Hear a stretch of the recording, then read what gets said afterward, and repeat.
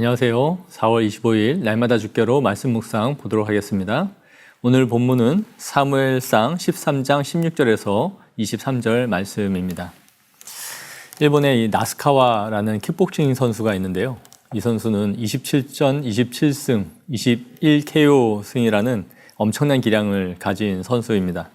그런데 이 선수가 세계 최고의 복서인 메이웨더와 이벤트성 경기를 한 적이 있어요. 일본은 이 킥복싱 선수를 세계 최고의 스타덤에 앉히고 싶어서 이 경기를 마련하게 된 거죠. 그래서 은퇴한 지 1년 반이 넘은 메이웨더 선수를 불러서 함께 경기를 하게 되는데요.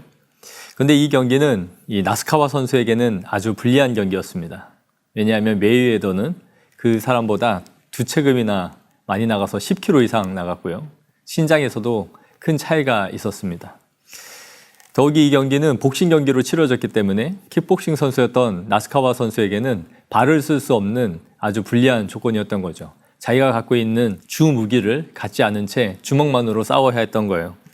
그래서 일본은 이 메이웨더에게 한 회에 2번만 킥을 사용할 수 있게 해달라 그렇게 요구했는데 메이웨더는 받아들이지 않았고 뿐만 아니라 무심코 발을 쓸 경우에는 수십억의 위약금을 물어야 된다라는 조항까지 추가시켰습니다.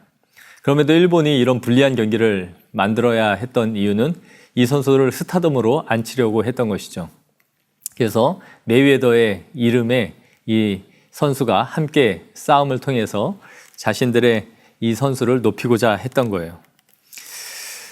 그런데 이 경기는 1라운드 만에 나스카와 선수가 다운을 3번을 당하면서 완전히 완패로 끝나고 맙니다. 메이웨더 선수는 야웃복서로 유명한 선수였는데 이날만큼은 저돌적으로 달려들어서 주먹 몇 번 만에 상대를 쓰러뜨리고 제압해버렸던 거죠. 더욱이 쓰러뜨리고 나서는 희죽희죽 웃기까지 했고요. 경기 중에는 춤을 추기까지 했습니다. 아주 상대를 조롱하고 능멸했습니다. 3분도 되지 않는 경기를 하고 나서 90억 원의 엄청난 돈을 챙기고 떠나버렸던 것이죠. 일본 선수는 힘이면 힘, 체급, 기술, 자신이 쓸 수 있는 것이 아무것도 없는 거의 맨주먹으로 싸우다가 패한 경기였는데 얼마나 분했는지 끝나고 울기까지 했습니다. 이 오늘 본문을 보시면 이스라엘과 블레셋이 전쟁을 하는데요. 아마 이 정도의 격차를 가지고 싸운 전쟁인 것 같아요. 이스라엘은 여러모로 불리한 조건을 가지고 전쟁을 할 수밖에 없었습니다. 블레셋이 어쨌든 침공하자 이 사울과 요나단은 전쟁 태세를 갖추고 진영을 갖추게 되는데요. 그러나 이 싸움은 싸우지 않아도 진 것이 불보듯 뻔한 그런 전쟁이었습니다. 첫 번째 관찰 질문을 보시면 블레셋 사람들이 진친 곳이 어디 있는지를 묻고 있네요. 16절에 보시면 사울과 요나단은 게바에 진을 쳤고 블레셋은 믹마스에 진을 치고 양 군대가 격돌하고 있는 모습을 보여줍니다. 두 번째 질문입니다. 블레셋 사람들의 전술이 어땠는지를 묻고 있습니다. 블레셋 사람들은 세 대로 군대를 나뉘어서 이스라엘을 공격해 들어왔습니다. 이것은 아주 전략적으로 중요한 방법이었는데요. 당시 성경에 보면 이스라엘 군대 수가 600명밖에 되지 않았다라고 되어 있어요. 대단히 적은 수라는 것을 알 수 있죠. 그런데 이 적은 수의 군대가 세 대로 나뉘어서 공격해 들어올 때 이스라엘은 방어하기가 아주 취약해진다는 것을 잘 알고 있었던 것이죠. 세 번째 관찰 질문 보시면 이스라엘 군사 중에 칼과 창으로 무장한 사람이 누구밖에 없었는지를 묻고 있습니다. 22절에 보시면 사울과 요나단 외에는 무기를 가진 자가 없었다라고 말씀하고 있습니다. 너무 황당한 말이 아닐 수 없죠. 전쟁을 하기 위해 나온 그 군대, 그 수가 600명밖에 되지 않는데 무기를 가진 사람은 단 2명밖에 없는 이런 상황입니다. 오늘날은 군대가 적어도 최첨단 무기를 가지고 전쟁을 할 수 있지만 당시에는 군대 수가 곧 전투력을 의미했던 것이죠. 이렇게 아무것도 갖추지 못한 상태에서 거의 무방비 상태로 전쟁을 하고 있는 이스라엘 상황을 볼 수 있습니다.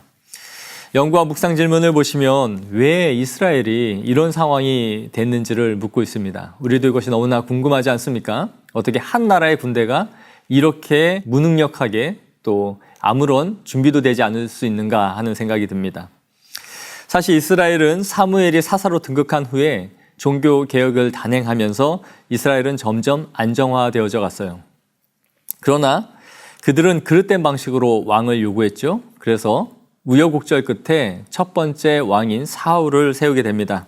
그러나 이전 큐티 본문에서 보여준 것처럼 사울은 블레셋과 전쟁을 하다가 사무엘이 오지 않자 스스로 번제와 화목제물을 하나님 앞에 드림으로써 하나님께서 그의 나라가 길지 못할 것이다 라는 예언을 듣게 됩니다. 결국 이스라엘은 점점 국운이 기울어가는 것을 보게 되는 것이죠. 자신들이 그릇되게 요구한 왕, 그리고 그 왕의 실패로 인하여 외부의 침략에도 맞설 수 없는 무능한 상태로 되어져 있다는 것을 오늘 본문이 보여주고 있는 것이죠. 이스라엘은 그들이 다른 나라들처럼 왕을 세우고 그 왕을 통해서 나라가 강해질 수 있을 것이다 라는 헛된 희망을 갖고 있었죠. 그러나 오늘 본문에서 보여주는 것처럼 하나님을 의지하지 않는 자들에게는 어떤 제도나 어떤 왕도 아무런 효과가 없다라는 것을 본문이 보여주고 있는 것입니다. 자신들이 왕을 세운 의도와는 전혀 다르게 국가가 더 힘든 상황으로 가고 있다라는 것을 보여주고 있는 것이죠. 오늘 우리는 이 말씀을 묵상하면서 우리 자신에게 또 적용해 보기를 원합니다. 인간의 생각과 자신의 원함이 도리어 우리를 빈곤하게 하고 또 우리를 더 힘든 상황으로 몰아가고 있는 것은 없습니까? 오늘 하루를 살아갈 때에 이스라엘이 강성했을 때는 사무엘이라는 지도자를 통해 종교개혁을 함으로써 하나님 앞에 나아갈 때였다라는 것을 기억하면서 우리의 생각을 하나님 앞에 내려놓고 하나님 중심으로 살아가는 것이 가장 복된 삶임을 기억하는 그런 하루가 되기를 원합니다.